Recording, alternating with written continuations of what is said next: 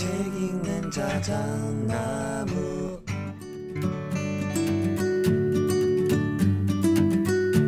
안녕하셨습니까? 책 읽는 자작입니다. 오늘 소개할 책 AI 사피엔스, 지은이 최재붕, 펴낸 곳은 샘맨 바커스입니다. AI가 정말 화제입니다. 뉴스, 유튜브, 주식시장, 책, 어디를 봐도 AI 이야기뿐입니다. 하지만 잠깐, 이 모든 소란이 정말 당신과 관련이 있을까요? AI, 그게 나랑 무슨 상관이지? 라고 생각하셨다면 바로 이 책은 AI를 단순히 흘러가는 트렌드로 여기는 분들에게 일침을 가합니다. AI 사피엔스는 다음과 같은 충격적인 진실을 밝힙니다. 첫 번째, AI가 어떻게 당신의 일상을 이미 바꾸고 있는지. 두 번째, 당신의 직업이 AI로 인해 어떻게 변할 수 있는지. 세 번째, AI가 산업 구조를 어떻게 근본적으로 재편하고 있는지. 네 번째, AI 시대에 우리 아이들에게 어떤 교육이 필요한지. 저자는 이 책을 통해서 AI가 가져올 천지 개벽급 신문명의 모습을 그리며 AI가 단순한 기술 혁명이 아닌 문명의 대전환임을 역설하고 있습니다. 이걸 모르면 뒤처질까봐 걱정이 되십니까? 아니면 이것이 자신과 무관하다고 생각하십니까? 어느 쪽이든 상관없습니다. 다만 더 이상 나중으로 미룰 수는 없습니다. 본문 내용 발췌해서 들려드리고요. 저는 다시 클로징 때 뵙겠습니다.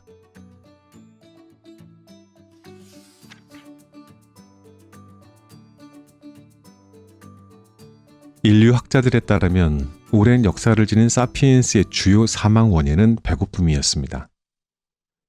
굶어 죽는 인원이 가장 많았다고 하지요. 그래서 인류가 가장 두려워하는 것이 굶주림입니다. 사망 원인 2위는 전염병이고 3위는 전쟁입니다. 코로나19의 침공은 인류에게 무서운 위협이었습니다. 유례 없는 전면 봉쇄에 동참했습니다. 인류는 과거에는 상상할 수 없을 만큼 빠른 속도로 디지털 문명으로 전환했습니다. 디지털로 쇼핑해야 했고 식당에서도 QR코드로 인증을 해야 했습니다. 공부도 줌이라는 새로운 도구로 화면을 통해 선생님을 만나야 했죠. 그때는 모든 이들이 코로나만 끝나면 곧바로 옛날로 돌아갈 것이라고 외쳤습니다. 그런데 코로나가 끝난 후에도 인류는 결코 되돌아가지 않았습니다. 사실 사피엔스의 역사를 보면 행동이든 사고든 과거로 되돌아간 경우는 거의 없습니다. 적은 에너지로 더 많은 일을 할 수 있다면 인류는 기꺼이 그 변화를 받아들입니다. 스마트폰에 기반한 디지털 생활은 에너지 소비 측면에서 훨씬 유리합니다. 모바일 뱅킹, 온라인 쇼핑, 재택근무, 원격 교육은 크게 확산한 후 과거로 돌아가지 않았습니다. 디지털 활용 능력이 뛰어난 MZ세대는 사무실을 일하는 공간이 아니라 잠깐씩 미팅하는 곳으로 인지하기 시작했습니다. 이미 이들은 일주일에 2, 3일 정도 회사에 가는 것도 지나치다고 여깁니다. 이러한 변화는 곧바로 도미노 현상을 일으켰습니다. 미국 주요 도시들의 오피스 공실률이 급격히 치솟은 것입니다. 미국 CBR의 발표에 따르면 2023년 3월 기준 샌프란시스코의 공실률은 29.4%에 이르렀고 LA는 20%를 넘었습니다. 오피스 공실률이 높아지자 상가를 이용하는 고객 수가 급격하게 줄었고 이에 따라 상가도 철수하게 됩니다. 샌프란시스코 도심의 가장 큰 백화점 노드스트롬은 고객 감소와 치안 위험을 이유로 개장 35년 만에 2023년 8월 문을 닫았습니다. 오밀조밀한 상가들은 말할 것도 없겠죠. 상가와 오피스가 텅텅 비자 노숙자와 마약 중독자가 몰려들어 그야말로 지옥 같은 풍경이 펼쳐졌습니다. 지금도 별다른 해결책 없이 마약 중독자들이 도시 한복판을 채우고 있습니다. 세계 최고로 발전했던 도시의 형태가 달라질 만큼 심각한 변화가 이미 현실이 되었다면 당연히 우리에게도 큰 변화가 닥쳐오지 않을까요? 2013년 처음으로 애플이 세계 시가총액 1위를 달성했습니다. 아이폰 탄생 6년 만에 세계 1등 기업이 된 것이죠.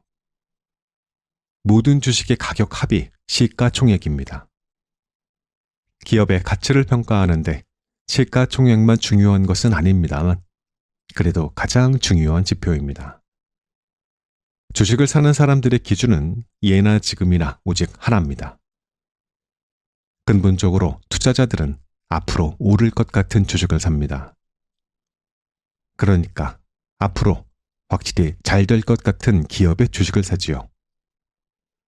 주식 가격이 높다는 것은 미래 성장에 대한 사람들의 기대치가 높다는 것과 같습니다. 그렇다면 시가총액은 곧 미래 기대치를 정의하는 게 맞겠지요. 세상에서 가장 냉정한 게 돈입니다. 누구도 허투루 쓰는 법이 없지요. 이들 급성장한 거대 기업들이 가장 달랐던 점은 오직 하나의 문명 표준, 즉 디지털 원주민들만을 대상으로 사업을 기획하고 제품이나 서비스도 오로지 호모 사피엔스만을 대상으로 개발하고 판다는 것입니다. 마케팅이나 세일즈 방식도 오로지 디지털 인류를 대상으로 합니다. 미래 성장 기대치는 디지털 신대륙에 있다는 자본의 판단은 분명합니다. 교통, 여행, 쇼핑, 외식, 미디어 시청, 업무, 배달, 회식 등 평범한 일상에 관련된 산업 전반이 과거와는 전혀 다른 방식으로 전환하는 중입니다. 아직 표준시장 변화의 과정을 겪는 영역도 있고 급하게 표준이 바뀐 영역도 있습니다. 분명한 것은 오로지 디지털이 표준이라고 결정하고 모든 사업 방식을 디지털 신인류에 집중한 기업들의 미래 성장 기대치가 폭발적으로 증가했다는 것입니다. 2020년 1월 2200선이었던 코스피 지수는 코로나가 한창이던 2021년 한때 3200을 돌파하기도 했지만 2023년 이후 2200선으로 다시 내려왔고 2200에서 2600선을 오르내리는 형국입니다. 주식시장을 결정하는 요인은 한두 가지가 아니겠지만 일단 명확한 팩트는 전 세계 자본이 우리나라에는 그다지 투자 매력을 느끼지 못한다고 볼 수 있습니다. 우리 사회는 디지털 문명 전환에 대해 매우 보수적입니다. 아직도 우버나 에어비앤비 모두 불법이고 핀테크의 도입, 코인이나 NFT 발행 등에 대해서도 매우 부정적입니다. 기성세대의 입장에서 보면 디지털 전환은 결코 좋은 일이 아닙니다. 불편하고 힘들고 달라져야 하는 일이죠. 테슬라의 TV 광고를 본 적이 있습니까? 없을 겁니다. 일론 머스크는 광고를 싫어합니다. 실제로 2019년 10월 자신의 트위터 계정에 나는 광고가 싫다라는 글을 게시하기도 했죠. 트위터와 유튜브 같은 SNS에서 고객 스스로가 퍼뜨리게 만드는 게 그의 광고 전략입니다. 머스크는 스마트폰을 쓰지 못하거나 SNS를 활용할 줄 모르는 고객에게는 차를 팔지 않겠다는 전략을 취한 겁니다. 그의 세계관이 어떤지를 보여주는 대목입니다. 2023년 말 테슬라의 시가총액은 1000조 원에 달합니다. 현대차가 시총 50조 원인 것을 감안하면 엄청난 미래 기대치가 있음을 알 수 있습니다. 머스크가 세운 다른 회사들도 비슷합니다. 그냥 일론 머스크가 미래 기대치가 이렇게 높은 것일까요? 아닙니다. 실제로 기업의 경쟁력이 남다르기 때문입니다. 테슬라는 다른 자동차 회사에 비해 고비용을 수조 원 줄였습니다. 판매 대리점도 거의 없습니다. 정식 스토어는 우리나라 전체의 달랑 7곳뿐입니다. 수백 곳의 대리점을 운영하는 현대차와 비교하면 수조 원에 달하는 운영 비용을 절감할 수 있죠. 오직 디지털 인류만 상대하는 전략으로 이렇게 큰 비용을 절감했습니다. 그 비용은 고스란히 미래를 위한 연구 개발에 투자합니다. 결국 성공의 비결은 실력입니다. 우리 사회의 관성으로 보면 도라이 같은 존재이지만 디지털 신문명의 관점에서 보면 일론 머스크는 신경영의 상징입니다. 일론 머스크의 세계관을 배워야 합니다. 2023년 챗 GPT가 온 세상의 이슈를 완전히 뒤덮었다 해도 과언이 아닙니다. 과학계 최고 저널 네이처는 2023년 과학계 최고의 인물 중 한 명으로 챗 GPT를 선정했습니다. 역사상 처음으로 사람이 아닌 존재가 올해의 인물로 선정된 것입니다. 그리고 불과 2개월 만에 사용자 1억 명을 돌파하며 역사상 최단 시간 가입자 1억 명 돌파 기록을 수립했습니다. 2023년 11월 성균관대에서 학생들을 대상으로 실시한 설문 결과를 보면 98%의 학생들이 챗 GPT를 학습에 사용한다고 답했습니다. 우리 학생들이 이 정도면 전 세계 거의 모든 학생이 비슷하게 사용하고 있다는 뜻입니다. 2024년, 이번에는 이미지가 아닌 동영상을 자연스럽게 만들어내는 소라라는 서비스가 출시되어 전 세계를 다시 경악하게 만들었습니다.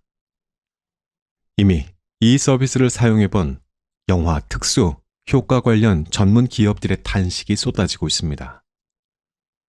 영화 아바타의 특수 효과를 담당했던 기업 CEO는 미쳤다. 이제 우리는 아무것도 할 것이 없다라는 표현을 썼습니다.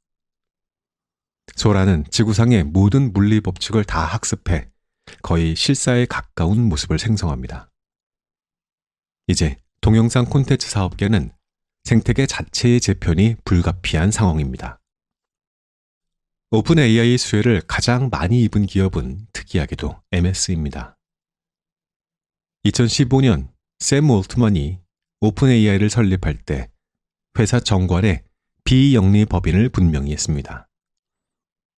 하지만 챗 GPT 개발을 하면서 비영리법으로는 도저히 감당할 수 없을 만큼의 대규모 자본이 필요하다는 걸 깨달았습니다. 그래서 마이크로소프트와 손을 잡았습니다. 마침내 MS는 2022년 오픈 AI에 10조 원 이상을 투자하면서 지분을 확보하고 심리어 비영리 법인을 영리 법인으로 전환시켰습니다. 물론 투자 금액의 100배 이상의 초과 이익은 금지한다는 조항을 넣기는 했습니다. 10조 원을 투자했으며 1조 원까지는 이익이 보장된 셈입니다.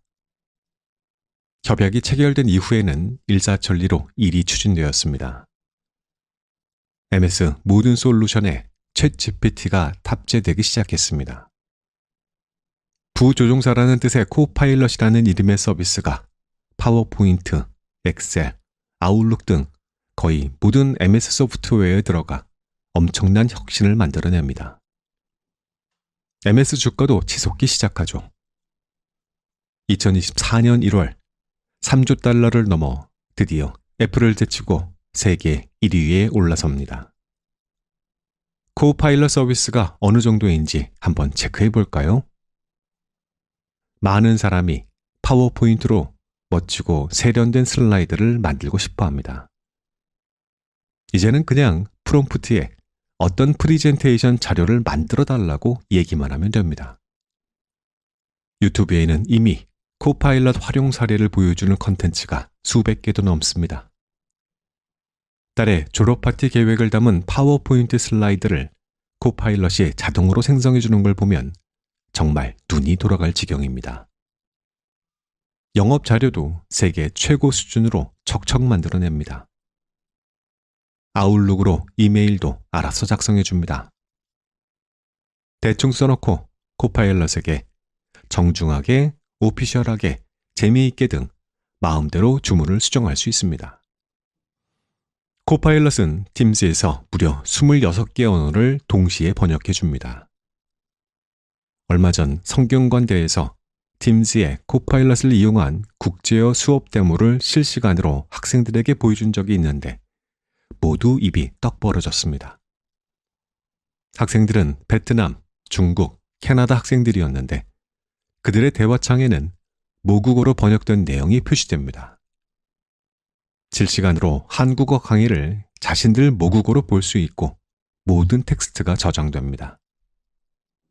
요약도 해주고 심지어 저장된 내용에 대해 질문하면 답변도 줍니다. 코파일럿은 이제 음악도 만들어줍니다. 프리젠테이션 자료 작성, 이메일 작성, 팀즈를 이용한 회의록 작성 등 다양한 업무를 통합하여 생산성이 대폭 향상되는 겁니다. 이런 걸 자유자재로 쓰는 학생들이 지금 대학에서 열심히 공부 중입니다. 어느 모로 보더라도 우리나라는 이제 선진국이 되었습니다. 2021년 7월 UN 무역개발회의는 대한민국을 개발도상국에서 선진국 그룹으로 격상한다고 선언하고 그에 걸맞는 임무를 부여했습니다.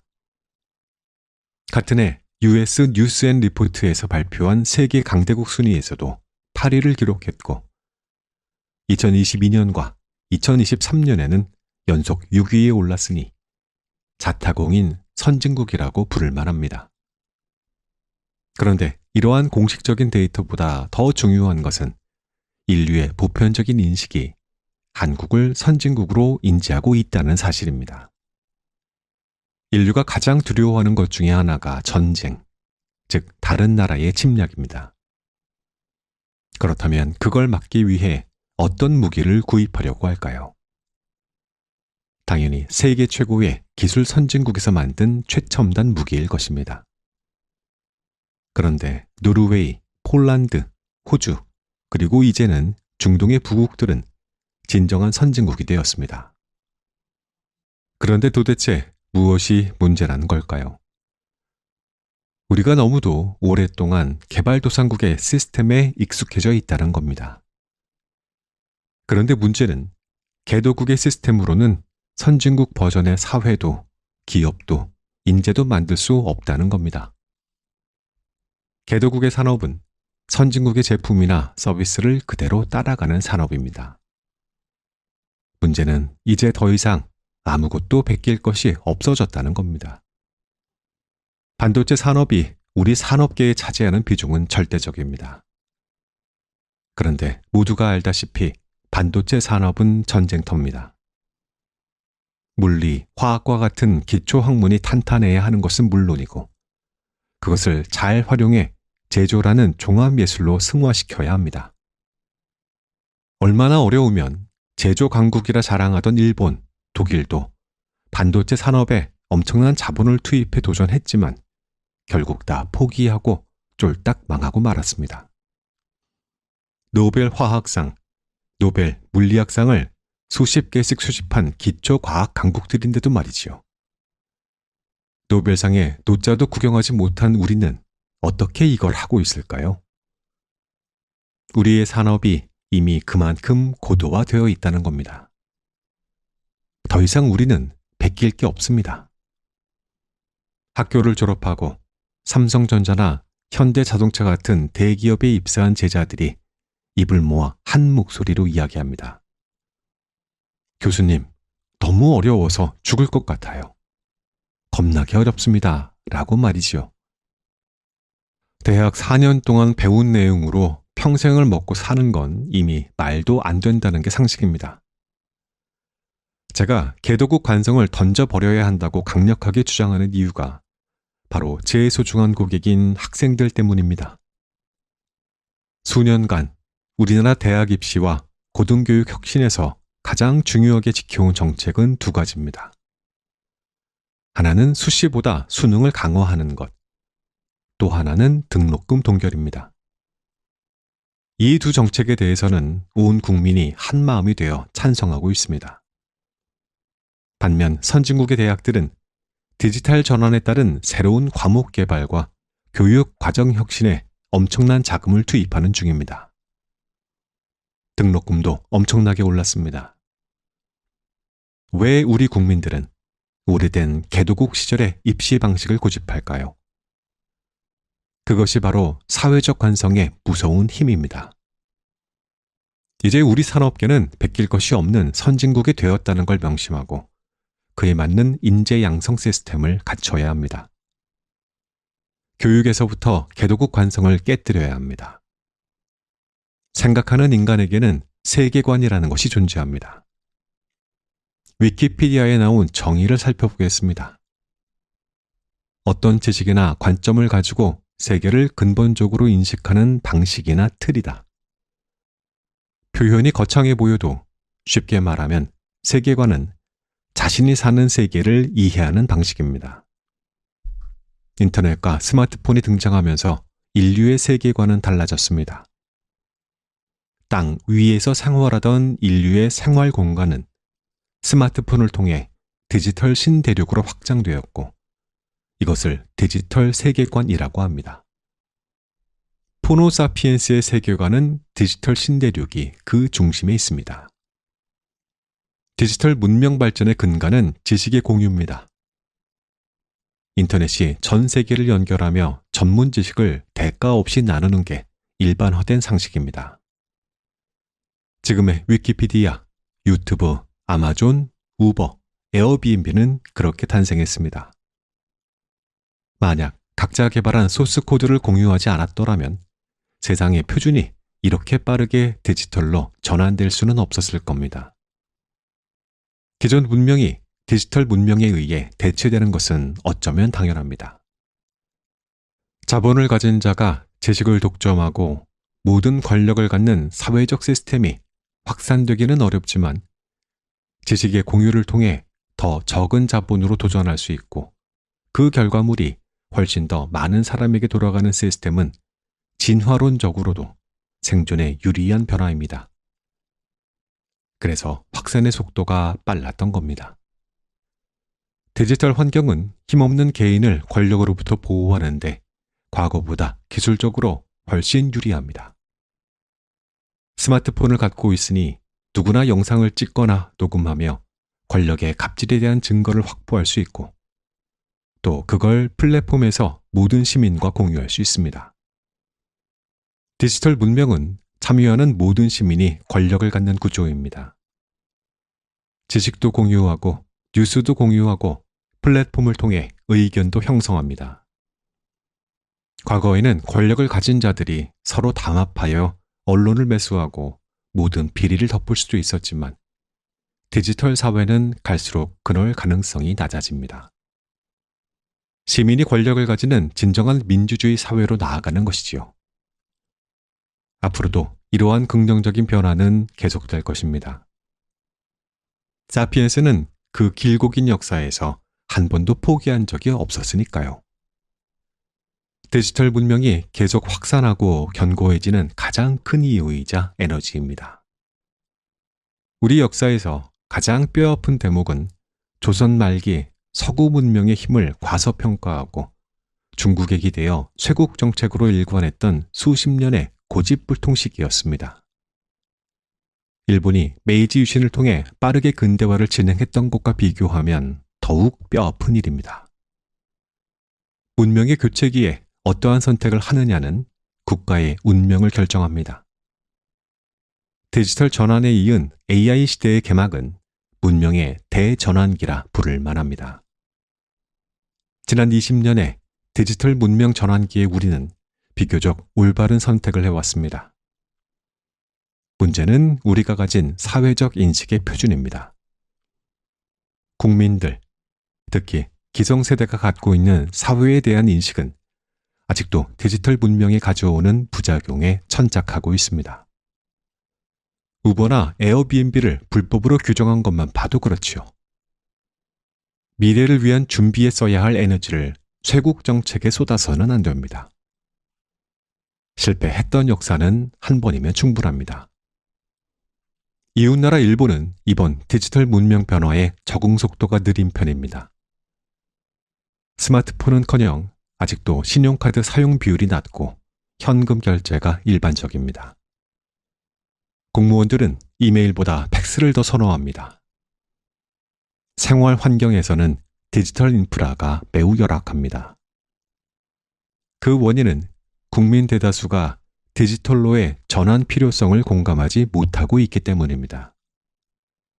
엄청난 자본과 과학 기술을 갖고 있지만 갈수록 일본 기업들의 시가총액이 떨어지는 것도 미래 기대치가 내려가기 때문입니다. 유럽도 비슷한 상황입니다. 페이스북, 유튜브, 인스타그램, 넷플릭스 등의 거의 모든 플랫폼을 실리콘밸리에 의존하고 있습니다.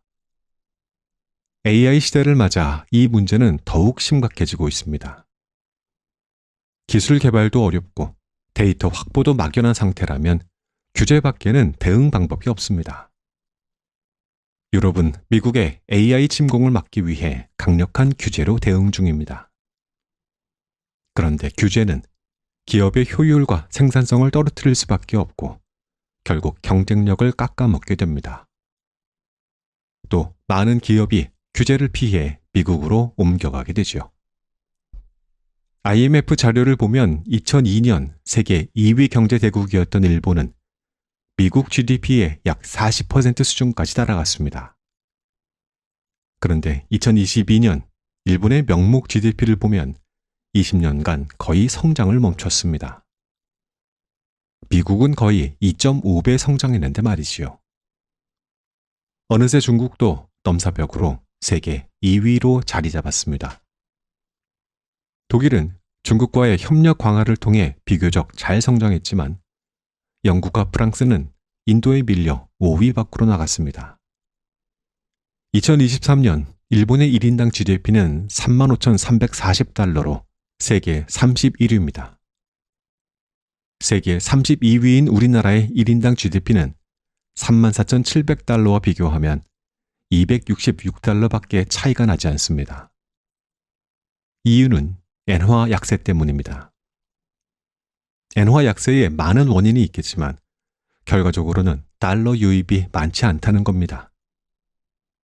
일본의 생산성 높고 효율적인 기업, 즉 미래가 기대되는 기업들이 많지 않다는 게 달러 자본의 판단입니다.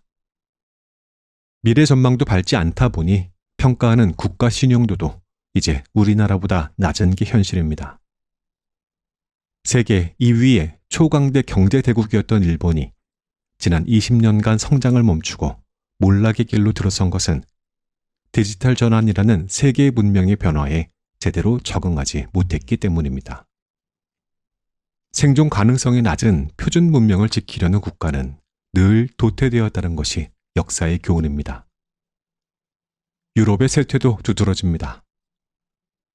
미국의 경제 규모가 지난 15년간 82% 성장할 동안 유럽은 6% 증가에 그쳤습니다.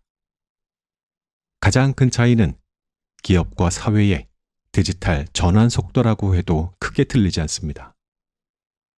성장을 위해서는 투자와 혁신이 필요한데 사회 전체가 그 변화를 소홀히 여긴 것이죠. 그래서 사회적 관성이 무서운 겁니다. 우리는 그냥 가만히 있었을 뿐인데 큰 잘못도 없는 것 같은데 디지털 신대륙에 엄청난 혁신이 일어났고 AI가 그걸 더욱 가속하고 있습니다. 유럽의 맹주로 불리는 프랑스, 독일, 영국의 GDP는 이제 미국의 한 개 주와 비슷합니다.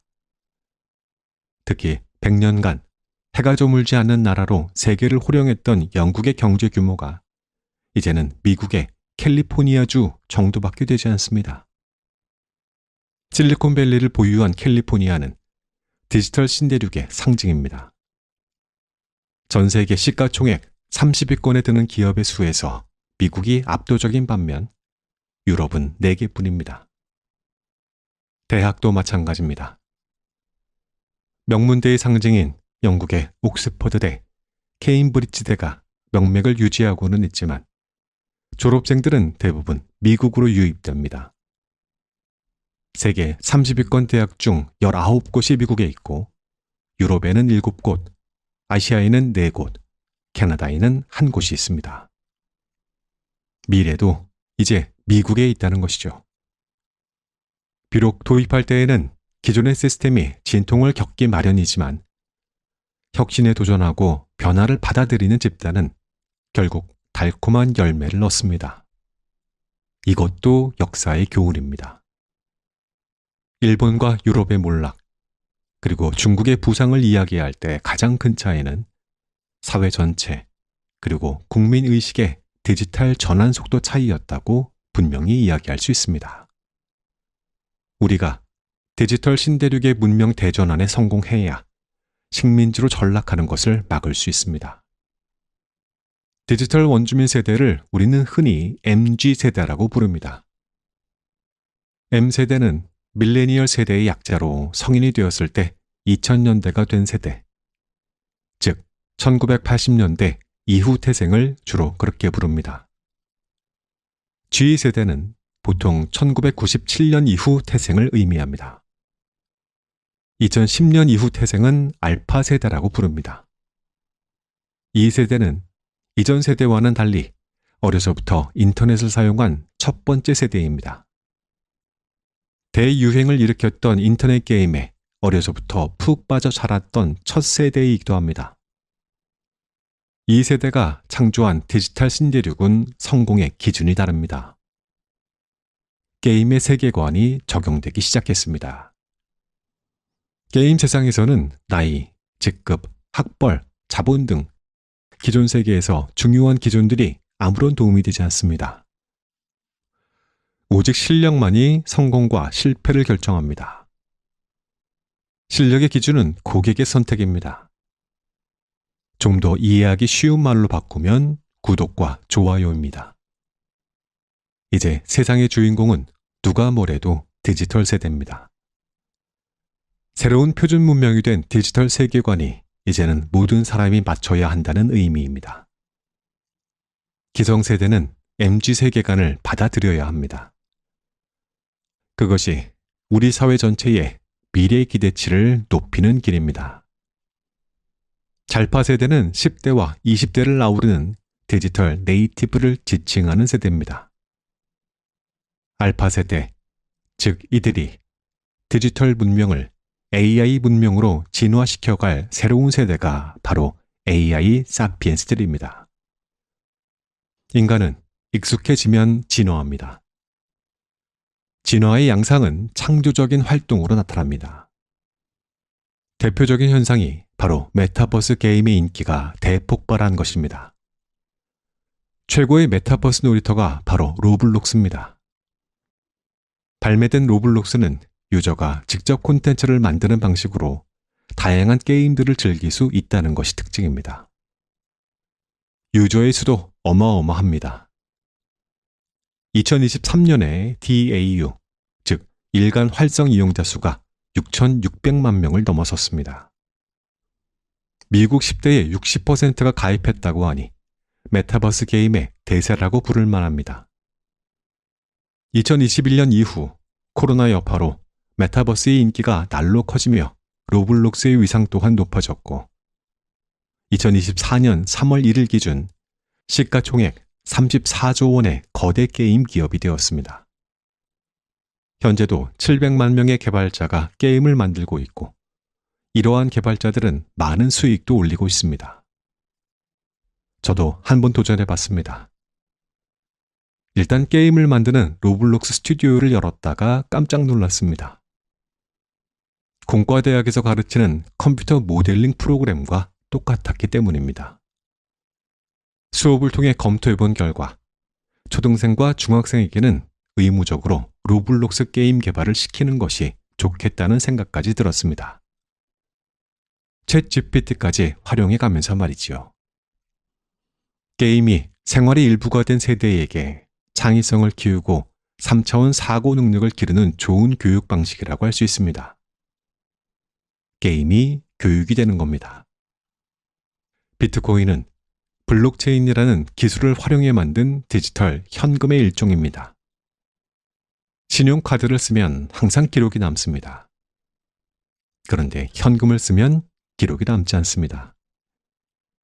그렇게 디지털 세계에서도 현금처럼 쓸 수 있는 디지털 화폐를 만들면 어떨까 하는 생각으로 만든 것이 바로 비트코인입니다. 대부분의 코인은 비트코인 안에 적용된 블록체인의 기술을 변형시킨 형태라고 할 수 있습니다. 메타버스에서 놀던 아이들이 3, 40대로 성장했을 때에는 지금의 달러 중심의 화폐 체계보다는 블록체인 또는 보다 더 진보된 형태의 코딩 기반의 새로운 디지털 금융 체계를 더 익숙하게 받아들일 것으로 예측하는 게 훨씬 합리적입니다. 올 것은 반드시 오고야 맙니다. 코인은 반드시 미래의 화폐가 될 것입니다. 디지털로 그림을 그린 이후 이걸 NFT로 등록하면 원작자 이름을 영원히 남길 수 있습니다. 세상에 오직 하나뿐인 아이템으로 아무리 카피를 해도 그 기록을 지우거나 바꿀 수 없습니다. 그래서 누군가에게 판매할 수 있습니다. NFT 거래에 대표적으로 사용되는 코인이 바로 이더리움입니다. 이더리움과 같은 방식으로 만들어진 암호화폐들은 모두 NFT 거래가 가능합니다. 메타 세상은 디지털 세상이 또다시 진화하며 만들어내는 세계입니다. 메타버스의 세계관에 코인 경제와 NFT를 넣고 생성형 AI를 베이스에 깝니다. 과거에는 만들기 어려웠던 비즈니스 모델들이 하나둘씩 만들어지기 시작합니다. 도전이 활발한 만큼 실패도 많지만 똑똑한 인류는 여기에 엄청난 기회가 있다는 걸 이미 오랜 경험으로 알고 있습니다. 특히 디지털 문명에 익숙한 G세대들은 기존 산업계에서 경쟁하기보다 자신들에게 매우 유리한 시장이 열렸다는 것을 직감하고 있습니다. 메타는 초월이라는 뜻입니다. 아날로그 시장이 디지털로 전환되고 디지털 세상은 이제 모든 걸 초월해 메타라는 세상을 향하고 있습니다. 국경도 장애물이 되지 않고 언어적 장벽도 큰 문제가 되지 않는 모든 걸 초월한 통합된 세계관이 디지털 원주민인 MZ세대를 중심으로 형성되기 시작한 것이지요. 이 변화를 가장 잘 보여주는 산업 분야가 바로 콘텐츠 산업입니다. 유튜브나 넷플릭스가 인류가 콘텐츠를 즐기는 표준 플랫폼이 되었다는 걸 누구도 부인할 수 없습니다. 디지털 플랫폼 시대가 되면서 권력의 중심이 이동합니다. 자본과 레거시가 아니라 소비자의 선택이 플랫폼의 권력입니다. 이것이 디지털 전환의 가장 중요하고도 근본적인 룰의 변화입니다. 세상을 움직이는 철학이 바뀐 것이죠. 유명 작가든 스타 작가든 어떠한 기득권에도 시장에 영향을 미치지 못합니다. 성공과 실패는 오직 조회수로 결정됩니다. 좀 더 익숙한 단어로 이야기하자면 구독과 좋아요가 절대 권력이 된 것이죠. 이제 엔터테인먼트 산업은 팬더스트리라고 불릴 만큼 팬덤이 성패를 좌우합니다. 그 성장 규모도 폭발적입니다.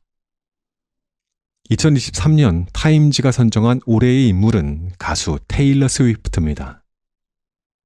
1927년부터 선정하기 시작한 타임의 올해의 인물 중 엔터테인먼트 분야에서 단독 인물이 선정된 것은 그녀가 처음이라고 합니다. 심지어 스위프트노믹스라는 신조어까지 생겼습니다.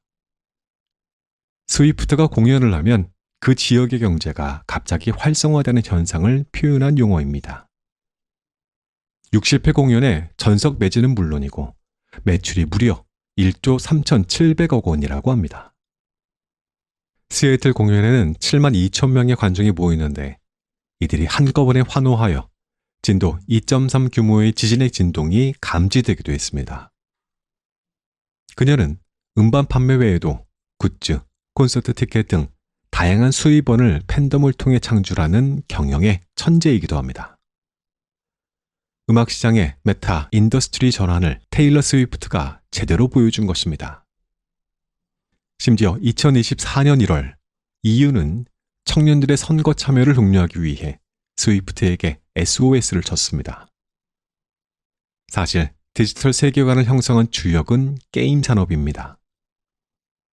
MZ세대는 국경도 언어 장벽도 없이 게임을 즐기고 디지털 공간의 커뮤니티가 자신들의 삶의 중심임을 각성한 사람들입니다.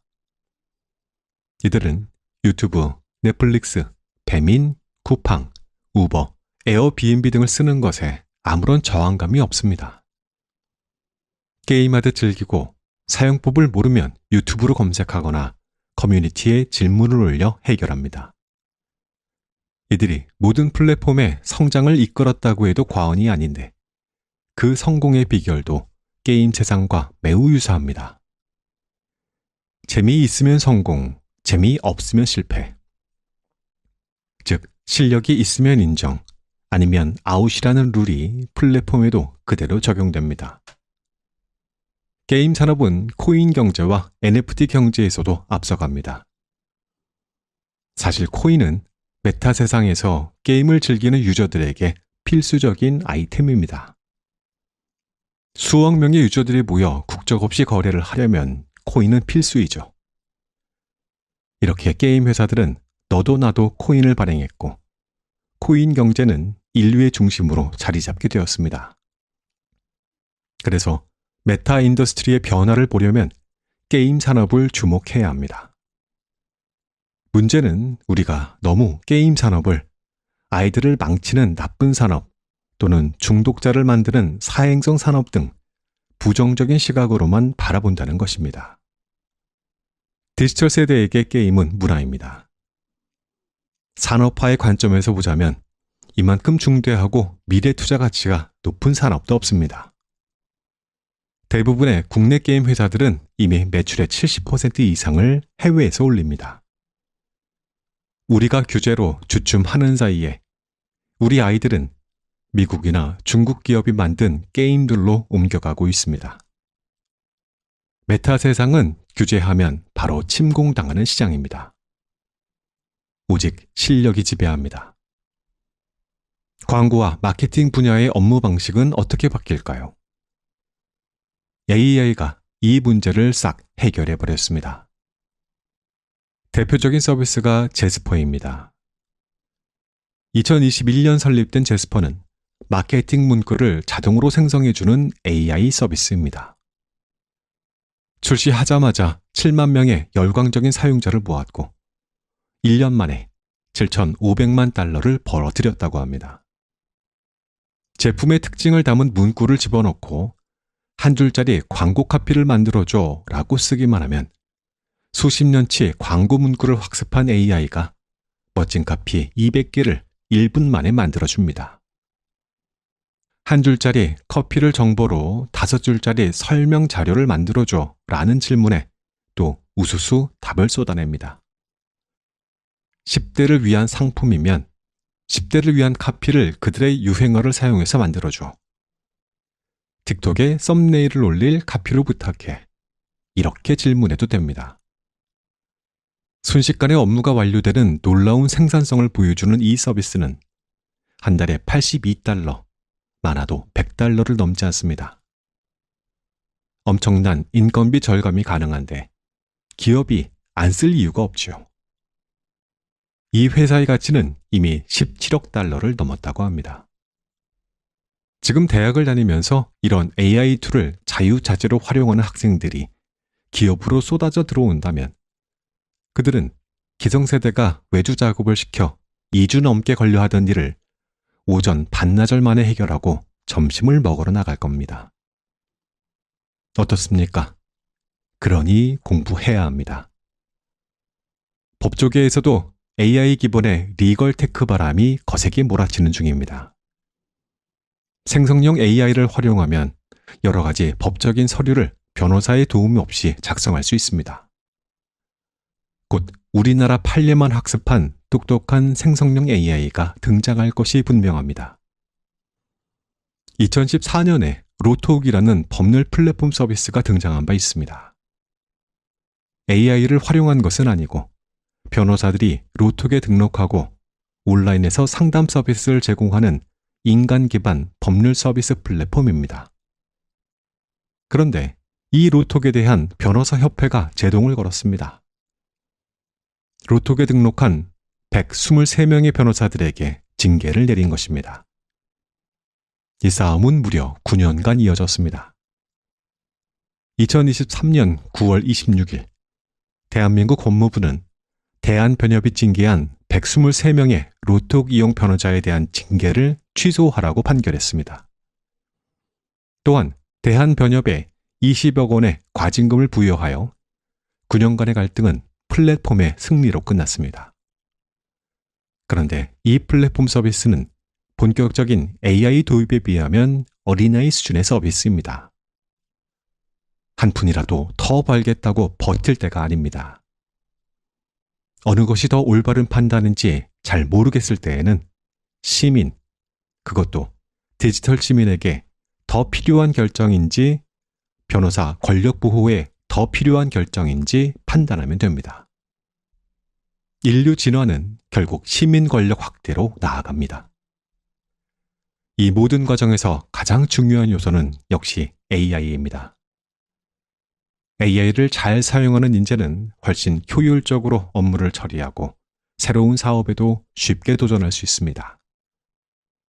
지금까지 IT를 잘 사용하는 사람이 좋은 직업을 갖고 높은 연봉을 받는 데 유리했다면 이제는 IT에 더해 AI를 잘 활용해야 차별성을 갖게 됩니다.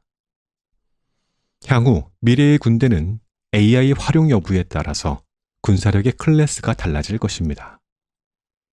사실 이러한 이유 때문에 AI의 가능성을 두려워하고 있는 것입니다. 세계적인 AI 석학들이 무기에 대한 AI 도입을 절대 반대한다는 성명서를 발표하기도 했습니다. 그런데 압도적인 우위를 가져다 줄 AI 무기 적용을 막을 방법은 사실상 없습니다. 역사가 증명하듯이 말입니다. 결국 스스로 지킬 힘을 키워야 합니다. 개인도, 사회도, 국가도 자신의 운명을 지키기 위해서 AI 사피엔스 시대를 준비해야 합니다. 다행인 것은 우리가 AI 소프트웨어 생태계와 첨단 반도체 생태계를 모두 갖고 있다는 것입니다. 지금의 선택이 다가올 AI 시대에 우리의 운명을 결정합니다. 지금까지 스마트폰의 탄생으로부터 시작된 인류 문명의 디지털 대전환과 2022년 11월 챗GPT의 등장으로 촉발된 AI 혁명까지 두루 살펴보면서 다가오는 AI 사피엔스 시대를 어떻게 준비해야 하는지 재미있는 이야기로 풀어 정리해봤습니다. 지금은 인류 문명의 대변혁기에 도달했음에도 디지털 1세대는 디지털 문명의 창조자를 넘어서 디지털 문명을 인류의 표준 문명으로 정착시켰습니다. 그리고 그 새로운 표준 문명 위로 AI 시대를 열어가고 있습니다. AI 시대의 주인공은 잘파 세대가 될 것이 분명합니다. 이들은 말 그대로 AI 사피엔스들입니다. 어려서부터 AI와 친구 삼아 놀고 AI로 숙제도 하고 AI로 다양한 창조적인 작업들을 하면서 성장하고 있습니다. 이들의 창조적인 활동은 이미 유튜브를 가득 메우고 있습니다. 챗GPT, 미드저니, 스테이블 디퓨전, 브루, 런웨이 등 지금까지 나온 서비스들에 대한 사용법은 물론이고 정말 많은 새로운 창작물들을 만들어내고 그걸 동영상으로 착착 올리는 중입니다. 최근 올라온 유튜브 영상에 챗GPT 질문을 만들어 스테이블 디퓨전에 입력해 이미지를 만드는 것을 보고 정말 깜짝 놀랐습니다. 이런 기발한 생각들이 나오다니요. 중국의 미국 정부 사이트에 대한 해킹 공격도 크게 늘었다고 합니다. AI 해킹을 시도하는 것이죠. 그런데 이러한 내용이 모두 유튜브에 있습니다. 공부하려는 의지만 있다면 이들 잘파 세대에게는 AI 학습은 그리 어려운 일이 아닙니다. 이들은 앞으로 10년 동안 AI를 통해 하는 방식과 문제 해결 방식도 모두 바꿔나갈 것입니다. 거기에다가 똑똑한 로봇까지 대거 등장할 것으로 예고됩니다. 100세까지 사는 시대라고 합니다. 그래서 AI 사피엔스들이 만들어갈 사회를 열심히 공부하자는 것입니다. 제일 먼저 문명을 바라보는 세계관을 리셋해야 합니다.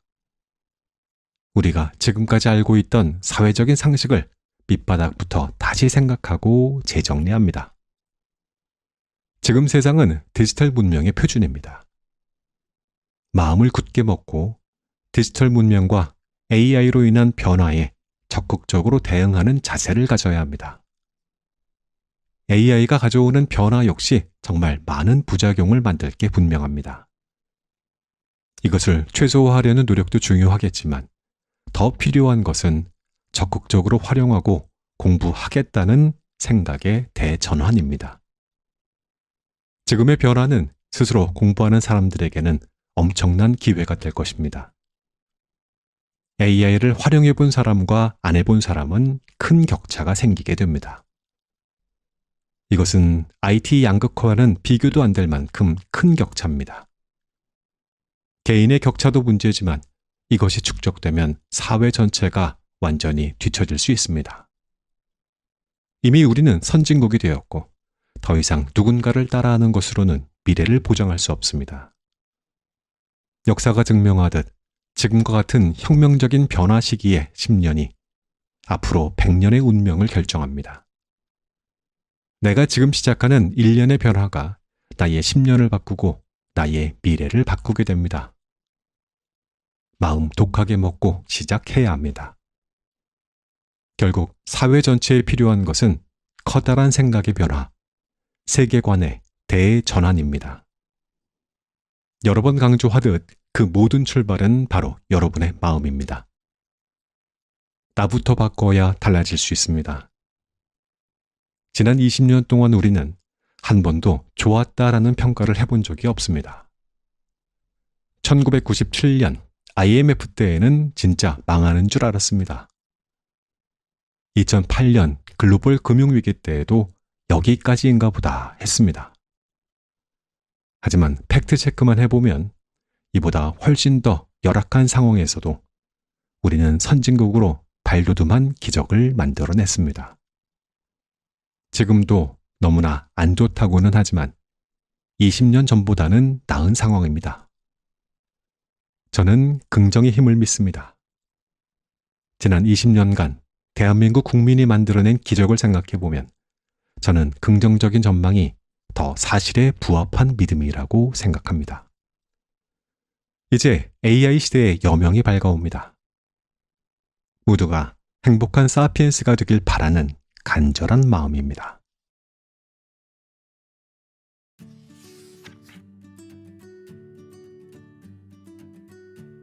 본문 내용은 여기까지 들려드립니다. 지금까지의 발췌 내용을 잠깐 요약을 해보겠습니다. 이 글은 디지털 문명의 대전환과 AI 혁명이 인류와 사회에 미친 영향과 앞으로의 변화를 종합적으로 다루고 있습니다. 대략적인 요약은 이렇습니다. 첫 번째, 역사적인 배경을 보자면 인류의 주요 사망 원인은 배고픔, 전염병, 전쟁 순으로 변화해 왔고요. 코로나19 팬데믹은 디지털 문명으로의 급격한 전환을 촉발했다는 겁니다. 두 번째, 디지털 문명이 확산되고 있습니다. 스마트폰과 디지털 생활의 편리함이 인류의 생활 방식을 근본적으로 바꿨습니다. MZ세대는 디지털 도구를 활용한 새로운 업무 체계를 추구하면서 이는 오피스 공실률 증가와 같은 많은 사회적인 변화를 야기했습니다. 세 번째, 거대 기업이 부상하고 있어요. 애플, 테슬라, MS 등의 기업들이 디지털 원주민을 대상으로 한 전략으로 엄청난 성장과 미래 기대치를 확보했습니다. 특히 MS는 챗GPT와의 협력을 통해서 AI 혁신을 주도하고 있죠.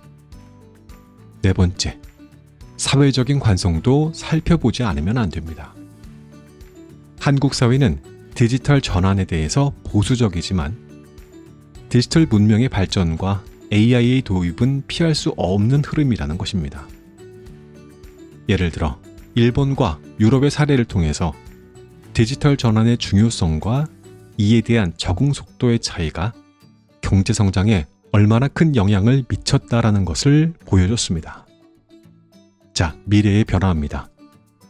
게임 산업과 메타버스의 부상, 코인 경제와 NFT의 발전 등은 디지털 세대의 문화와 굉장히 밀접하게 연결이 되어 있다는 것이죠. 현재 AI 기반의 서비스들이 기존의 광고와 마케팅, 법률 서비스 등의 다양한 분야에서 혁신을 이끌고 있는데 이 변화가 어마무시하다는 겁니다. 그래서 마지막 6번째, 교육과 인재 양성을 어떻게 할 것이냐. 디지털 문명에 맞는 인재 양성 시스템이 필요하다는 겁니다. 이를 위해서 교육의 혁신이 필수적이고요. AI를 잘 활용하는 인재가 미래의 주도권을 잡는다는 것입니다. 이거 어떡합니까? 우리 아이들에게 무슨 교육을 해야 하느냐는 겁니다. 위의 글은요, 디지털 전환과 AI 혁명의 중요성을 강조했습니다. 이에 대해서 사회적인 인식 변화와 준비의 필요성을 강력히 주장하고 있어요. 인류 문명의 새로운 표준으로 자리 잡은 디지털 세계관을 받아들이고 이를 통해서 밝은 미래를 열어가자는 그런 메시지를 담고 있습니다. 알겠어요. 알겠다고요. 배워야 하는 것도 알겠고 중요하다는 것도 알겠는데 그래서 뭘 하란 말씀이십니까? 자작나무 양반? 이렇게 묻는 나무님들에게 아주 구체적인 실천 방법 몇 가지 말씀드려 보겠습니다. 자, 첫 번째, AI 도구를 사용해 보는 겁니다. 좀 생소하게 들리시겠지만 챗GPT, 미드저니, 달리 같은 AI 도구들을 일상에서 적극 활용해 봐야 합니다. 업무에 관련이 없대도 어딘가에 활용할 구석이 있습니다. 이 생각해 보는 습관을 가져야 합니다. 두 번째, AI 관련 뉴스를 관심 있게 보는 겁니다. AI 발전 동향을 쉽게 접할 수 있는 뉴스나 유튜브 채널을 구독해 보세요. 하루에 한 10분 정도짜리 관련 소식을 접하는 것만으로도 큰 변화가 있을 것입니다. 세 번째, 가족, 친구들과 AI에 대해서 대화를 좀 해보세요. 생각을 나눠보는 겁니다. 아이들에게 물어보세요. 너는 어떤 AI 도구를 쓰고 있니? 어디에 어떠한 용도로 도움이 되고 있어? 내가 쓴다면 너는 어떤 걸 추천해주고 싶니? 이렇게요. 세대 간의 격차를 줄이고 서로의 이해를 높일 수 있습니다. 덤으로 멋진 부모님이라는 별명을 선물 받으실 수도 있습니다. 자, 마지막입니다. 이게 제일 중요합니다. AI 시대의 파도를 두려워하지 마십시오. 나이에 상관없이 그 파도를 타고 더 멀리 나아갈 수 있어야 합니다. 앞서 말씀드린 이런 작은 실천들이 모여서 큰 변화를 만들어낼 것이라고 믿습니다. 오늘의 방송은 여기까지입니다. 엔딩 음악 들으면서 저는 이만 물러갑니다. 안녕히 계십시오. 널 바라보며 하고 싶은 말 내가 너의 그늘이 돼줄게 언제나 편하게 기대도 돼 네가 원한다면 내가 너의 곁에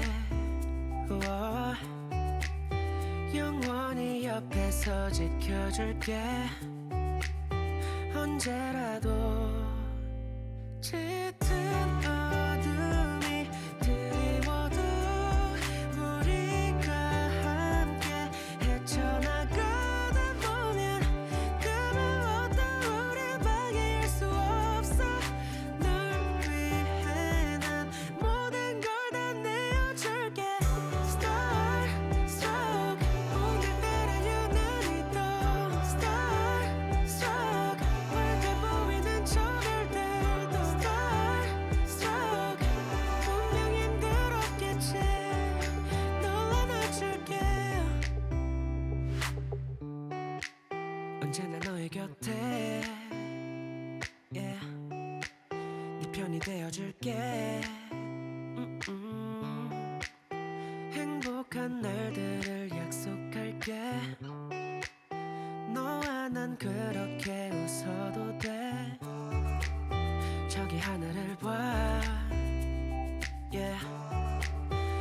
너무 미소 짓는 우와.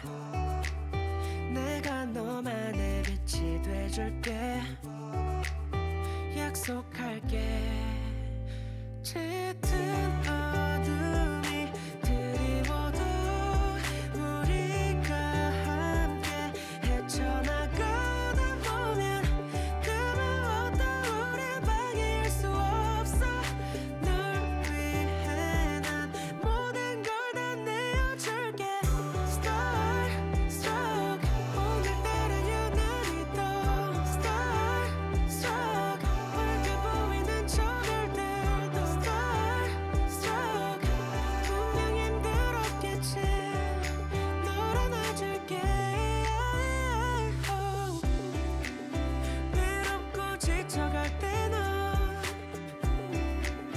내 목소리를 기억해.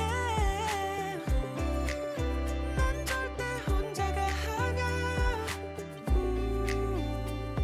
너의 곁에 있을게.